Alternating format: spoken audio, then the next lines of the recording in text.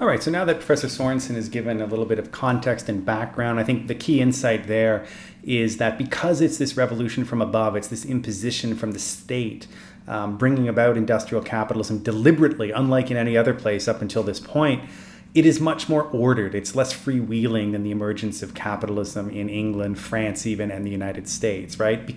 Because the government is directing it, it is a much more ordered transition, at least after the initial kind of revolution in 1867-68. Now, before we get into that transition, let's just do a little background on the kind of economic and social structure of Japan pre-1868. Okay, and you'll understand the significance of 1868 in a minute. 1868 is when the Meiji Restoration happens and you get Japan going down the road of what they call modernization and industrial capitalism. So one of the ways that Japan was actually similar to Europe and say different than what had existed in China, what Japan had in common with Europe was that until the mid-19th century, Japan was a feudal society. Not exactly the same, but very similar to the feudal societies that existed in Europe, in France and in England and other parts of Europe. Feudalism had emerged in Japan with a powerful landed regional lords, again similar, though not exactly the same, to Europe. Prior to 1600, Japan was technically ruled by an emperor, but in reality, true power lay in the feudal lords, or the daimyos, and samurai. Now, samurai were the kind of military retainers of the daimyos. The daimyos were the equivalent of the great nobility and landlords that existed in medieval Europe, and the samurai were a kind of noble warrior caste, similar but not exactly the same to, say, knights, and how knights had loyalty or fealty to specific noble lords in England and in France pre-capitalism under feudalism. So prior to 1600, Japanese society was fairly unstable, with daimyos constantly warring with each other for power. Now in 1600, Tokugawa Ieyasu, who was a powerful landed lord, won a major victory. And with this victory, he named himself shogun, which was essentially a military dictator. And he established a shogunate in the eastern capital, what it became the eastern capital of Edo in 1600. The imperial capital was the city of Kyoto, which still exists to this day. And he established what is essentially a hereditary military dictatorship with himself as the kind of military dictator. And he maintained a lot of his power by controlling around 1/4 to 1/5 of all the land in the country, where a lot of the shogun's wealth actually came from. Now, even though the shogun had power, he didn't actually overthrow the emperor. The emperor still lived in Kyoto, but he basically ruled in the emperor's name. So the emperor, in many ways, was a kind of figurehead. And if we go to the next slide, I'll go through it in a minute, but you can kind of see the emperor, the kind of nobility, the shogun, the daimyos, and the samurai, the peasants, the artisans, and the merchants. So the shogun had a level of power that equaled kind of the absolutist kings of France, so similar to what Louis XIV would have had in his heyday. And this brought order to Japanese society. Tokugawa and his descendants managed to bring relative peace and stability.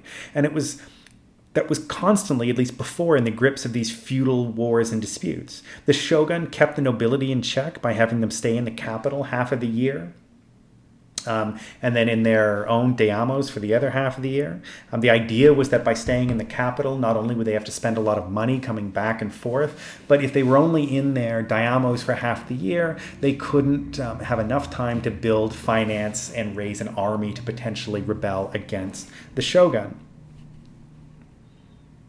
And the other way he kind of kept the nobility in check was essentially providing the samurai with a stipend in rice from the daimyo. So the samurai actually didn't really have much to do. And the reason they provided a stipend of rice was because it prevented the samurai from creating their own wealth base. They were dependent on the rice staple from the daimyo, and the daimyo was dependent on their rule from the shogun. So everybody was in some ways dependent on commanding the authority of the shogun.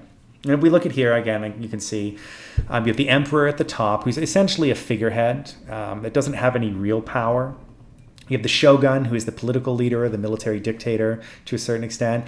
And then underneath him, you have the nobles. So you have the daimyos, who are like the nobility, the lords. And then you have the samurai class, which again initially were warriors, but under this new system, under the Tokugawa shogunate, they actually don't have much to do because the daimyos are not fighting anymore. So aside from the fact that they can't create an independent base of wealth, they don't really have a purpose. And this lacking of purpose will become an issue, especially in the later Tokugawa period in the 18th and early 19th century. Below the warrior and nobility class, you have the peasants, which make up about 90% of the population, farmers, fishermen, that kind of thing. And then you have artisans, craftspeople, and then the lowest caste were the merchants, which the structure of the society will become important in a few minutes when we look at what happens, at least with the kind of breakdown of it in the mid 19th century. And the other thing that the shogun does in 1834 had effectively sealed off Japan from the rest of the world and expelled most foreigners, and specifically forbade foreign commerce. The only exception was a tiny island off of Nagasaki in which Dutch traders were permitted to have a very, very limited and controlled trade with local merchants. And this was done chiefly to keep Japan informed about what was going on outside, specifically what was going on in Western Europe at the time. So there was basically no outside interaction with Japanese merchants, officials, and the outside world. Now, let's go to the next slide here. Now, despite the seeming peacefulness of this society and the centralized power of the shogun, by the mid-19th century, there had been a crisis of Japanese feudalism, and it began to break down. So we can see the shogunate lasts from about 1600 to 1868. 1634, he seals off Japan from foreign commerce, and basically what you get is a nobility and warriors, the daimyo and the samurai, and they have a kind of dependent relations, increasingly strained relations by the early 19th century. And then you also have a key relationship is the nobility and the samurai with the merchants, or the chonin. And there's an increased financial dependency between the nobility and the merchants. But it's important to note, and I'll explain this a little bit more, that the merchant class lacked the dynamism that existed in England or the early US, or even in parts of the Yangtze River Delta in China. And you can imagine there's no foreign trade, right? If we look at where a lot of merchants made their money in Europe, it was foreign trade. Well, foreign trade doesn't exist in Japan. So it's a severe limitation on the ability of merchants to earn money. But we'll get to that in a minute. So there's a few key things that lead to the kind of breakdown of feudal society at this point. The daimyo's relationship with the samurai begin to become strained. And part of this is because the daimyos had to maintain their residence, right, in both Edo, which becomes Tokyo, and their domains, their daimyos. It was increasingly expensive for the daimyo to actually, I mean, think of it from their perspective, right? This isn't now where you get in a train and go to Tokyo. The daimyo were expected to have this very large and elaborate march from where their kind of local land was to the capital in Edo, right? So that in and of itself is expensive. They have to bring all their retainers, all their courtiers, all the people that work with them, go with them. You're talking hundreds, possibly thousands of people marching to the capital, basically twice a year, marching there and then marching back. And because of the rigid class restrictions that were in place, right? If we go back to this class structure, a peasant couldn't become a samurai or an artisan or a merchant or a nobleman start selling things. This is a very rigid class structure in which it was basically illegal to try to do something outside of your class.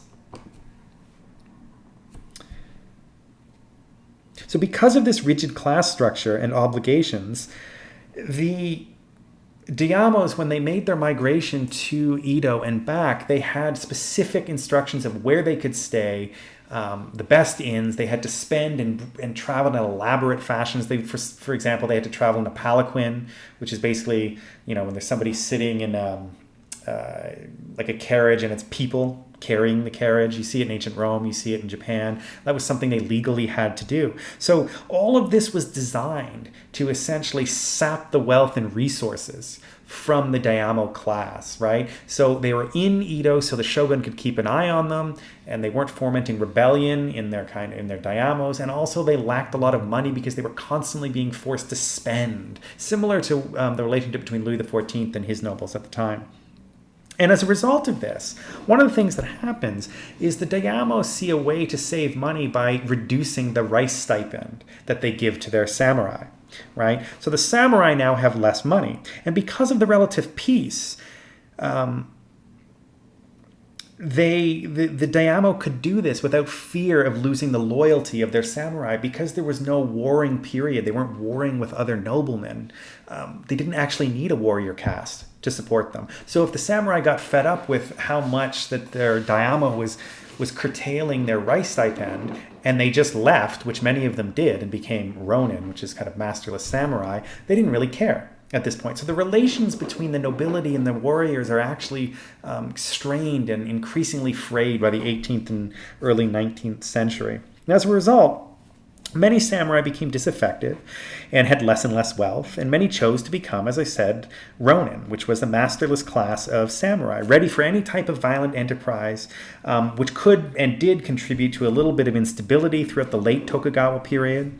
Moreover, the rigid social structure prevented the samurai from engaging in any type of commerce, although it did happen. In fact, a lot of merchants in the mid-19th century were probably former samurai, although it was technically illegal for them to do this. So even though some of them did it, they existed as a kind of purposeless, masterless class of people lacking in wealth and purpose in a society that prized purpose.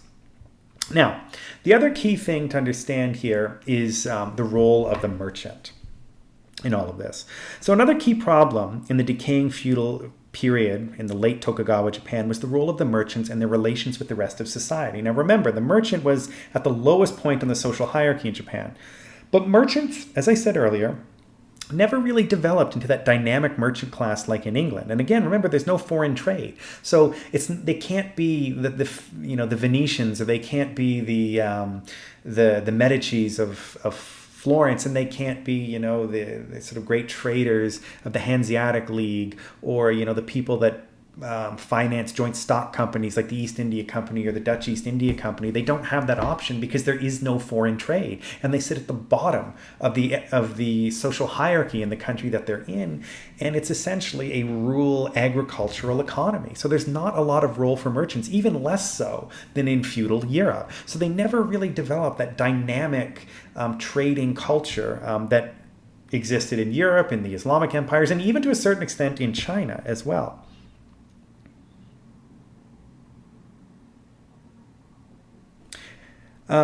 But they did play a key function in society. Because the nobility or the daimyo got paid in rice from peasants, they had virtually no cash. But when they had to make that major trek from the daimyos to Edo every year, they had to pay, and they had to pay in specie, or silver, or hard currency. And as a result, the daimyo became dependent on merchants for credit, and the merchants dependent on the daimyo for protection. They had to ship all their rice using merchants as middlemen, using specie to pay their expenses, right, for 2 trips a year. And again, they relied on all of this credit to actually buy luxury things. So for the aristocracy or the nobility to maintain a very luxurious lifestyle, to buy the things that you'd expect the Japanese nobility to have, they couldn't just trade rice. They had to take credit out from merchants. So they became a kind of dependent relationship on merchants. Not completely dependent. They're still in the position of power because the merchant depends on them for political protection. But it was a very kind of a system where nobles didn't like being dependent on merchants because they lacked a lot of actual power. But because the samurai resented the daimyo and the shogun, there wasn't really a basis for the nobility and the samurai to, at least until the late period, to take up arms against the shogun, because the samurai were kind of upset at everyone. They resented their treatment at the hands of the lords because they kept cutting their rice stipend, and as well of the rules of the shogun, because the shogun ensured they had no purpose in society. And as I said, they never really developed an alliance with there was no alliance, at least initially, between disaffected samurai and disaffected lords to fight the central government at this point. But all of this changes, and very quickly. Now, all of this starts to change in the 1840s and the 1850s. So the spark that united many, but not all, samurai and daimyo was the coming of the, quote, barbarians. And again, the initial fear comes from Japan watching China lose a naval war to the British, and then eventually the other imperial powers imposing these unequal treaties on China, not to mention selling them opium. And in 1854, Admiral Matthew Perry of the U.S. Navy, as I said earlier, sails into Tokyo Bay and wants to open up Japan for foreign commerce, right? The United States is an expanding Pacific power. They're looking to East Asia for trade and wealth. And it really scares the Japanese ruling class, largely because I said at the beginning, they don't have ships that are even remotely in the same class as the ironclad cannon ships that sail in with Admiral Perry's small fleet. This is what's referred to as gunboat diplomacy. He doesn't attack the Japanese. I think he may have fired off a few cannons in the bay to demonstrate the power and technology that he had, but this forces Japan to open up, and it forces them into a series of unequal treaties with Western powers, which they resent tremendously, as you can imagine, right? So that fear of becoming what's happening in China is becoming a reality in Japan. And it's this fear of foreigners that eventually sparks a rebellion against the shogun. Now, Japan, like China after the Opium Wars, as I said, was forced to sign unequal treaties and actually lacked full control over foreign commerce, and Western powers and Western citizens were not subject to Japanese law, just like in the case of China. So aside from losing money and their lack of role in society, this was a big blow. They had no purpose. The samurai had no purpose. And many of them looked at this foreign, not invasion, but this foreign commerce as kind of an insult to the culture and traditions of Japan, that the government looked weak. So you can imagine from their perspective, all of a sudden there's all these people who have resented the central government for years, but now are really affronted at how they're allowing these foreign barbarians to basically run roughshod over them. Now, the other key thing I should mention is a lot of the masterless samurai, the Ronin, many of them went all over the country, but a lot of them sought refuge in the Choshu Dayoma, which was far from the capital. And what begins to emerge is an alliance between the Satsuma Dayamos and the Choshu and disaffected samurai who had refuge there. And under the banner of restoring the emperor to power, remember, the shogun rules in the emperor's name, but the emperor under the Tokugawa shogunate has no real power in feudal Japan. So they rebel against the shogun, and under the banner of we are going to restore the emperor to power, right? His rightful place as head of the Japanese emperor. And this is what will help us defeat and the sort of foreign barbarians that are at the gate. So since they were resisting outsiders, restoring the emperor as a traditional ruler made sense. So by 1868, they had succeeded in restoring the emperor to power under Emperor Meiji, which is the enlightened one. Now, even though the emperor was restored, it was the samurai and the daimyo that overthrew the shogun that held the real power. And it was largely because, at least initially, the Meiji emperor agreed to listen to their advice. Now, I'll give a little bit more background about what happens a little bit later. And I'll go over this. Essentially, this is where the state institutes and directs a capitalist industrial revolution at this point.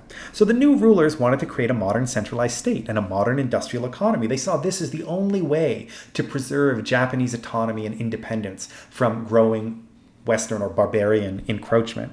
So Emperor Meiji followed the advice of the men that restored him to rule and made huge reforms, fundamentally transforming the country so that by 1912, from 1868 to 1912, right, about 40, 50 years, Japan had emerged as a modern industrial and imperial power. They created a highly centralized bureaucratic government, universal education, a national army with conscription. Feudalism was essentially abolished. There was no more nobility. Legal equality was established. People could now choose their occupation, right? You could choose to be a merchant. You could choose to be a peasant or not. You could choose whatever you wanted at this point. And this new environment made possible investments in new industries, but it was really the government that led the way, building railways and shipping lines, telegraph and telephone systems. There were 3 shipyards, 10 mines, 5 munition works, and 53 consumer industries, making sugar, glass, textiles, cement, chemicals, and other more important products. Now, this initially was very expensive for the state and the government to be directing all of this, and it strained the government finances. So in 1880, the government decided to sell most of these industries to private investors, therefore encouraging thereafter such activity through subsidies and incentives. Now, some of the samurai and merchants who invested in these industries that were sold off by the government, built many of them into the major corporate conglomerates called zaibatsus, which were essentially giant industrial conglomerates that through cross-shareholding, one holding company could control basically a family of companies. So technically the zaibatsus were ended after World War II, but then resurrected almost immediately after World War II as well, and they just changed the name to karetsus, but it's essentially the same thing, maybe a little bit less power than in this particular era. But basically what it does is if you take a company like Mitsubishi, right? There's Mitsubishi Auto, Mitsubishi Heavy Industries, Mitsubishi Financial, Mitsubishi Chemical, and then there's a holding company, often, though not always, controlled by the original family, right? Like Mitsui is another one, where that holding company and all those different companies basically own shares in each other, which allows that holding company to control several other companies and have a tremendous amount of financial and industrial power. So you got the rise of modern industry in the late 19th and early 20th century. And in 1889, a constitution was adopted that was, quote, given to the people from the emperor. In 1890, a parliament was established, but voting rights were severely restricted. Only 1% of the population could vote. Although by 1925, all men were allowed to vote. Eventually, political parties formed. And in 1894, a key thing happened where a lot of those unequal treaties were reversed. It's not to say that Japan was regarded as an equal. This is still the apogee of white supremacy amongst, the Western European nations. But for the most part, Japan had full autonomy over itself in 1894 when a lot of these treaties were renegotiated and Japan had full control over foreign commerce, did not have to subject foreigners, were subject to Japanese law at this point. And the other two key events that essentially announced Japan's arrival as a modern industrial and imperial power was a war with China in 1894-1895 called the Sino-Japanese War, which Japan won, which really alarmed a lot of Western observers because they felt that it was impossible to defeat China, and they did. And then in 1904, when the Japanese Navy and Army decisively defeat Russia in the Russo-Japanese War. And this was key because it was the first time a non-European power had defeated a European power in a very, very long time and announced Japan's arrival kind of on the world stage as a kind of equal with a very powerful army and navy. So what we essentially end up with here is a bourgeois revolution without a bourgeoisie. We ended up essentially with that revolution from above. But even the leaders of industry, right, that sold off these, that bought these industries were not a bourgeois class, right? This was not merchants that brought about this revolution. It was former disaffected noblemen and samurai with cooperation with some merchants, and then the government and the state itself was directing this revolution. Right? So you didn't really have the emergence of this bourgeois culture that you got in the case of England, the United States, and even France. So it's a very different road to capitalism. Now, to sum up, if we look at all the kind of examples we've looked at, we've had three alternative paths today. We've got the US South, which takes the Prussian road to capitalism without liberal democracy, where you have a system of sharecropping that lasts until the collapse of the plantation economy in the 1930s. The collapse of that system brings about industrialization in the American South in the 40s and 50s. We've looked at early 20th century South Africa, where the state is the prime mover as kind of the imperial state of Great Britain. And then in the 19th century, we looked at this revolution from above with Japan, a bourgeois revolution without a bourgeoisie, in which the state manages that transition to capitalism, which, as Professor Sorensen said, made it less freewheeling and much more ordered in transition. Now, these are the three kind of paths to capitalism that we looked at. This does not mean there are only three paths to capitalism. There are many other roads. I mean, we don't have time in this course to look at every single society's transition to capitalism, but it just gives you a sense of the alternative roads that many other countries and civilizations take. Now, next week, we are going to look at, I believe it is the rise of management and big business specifically. Okay, leave it at that.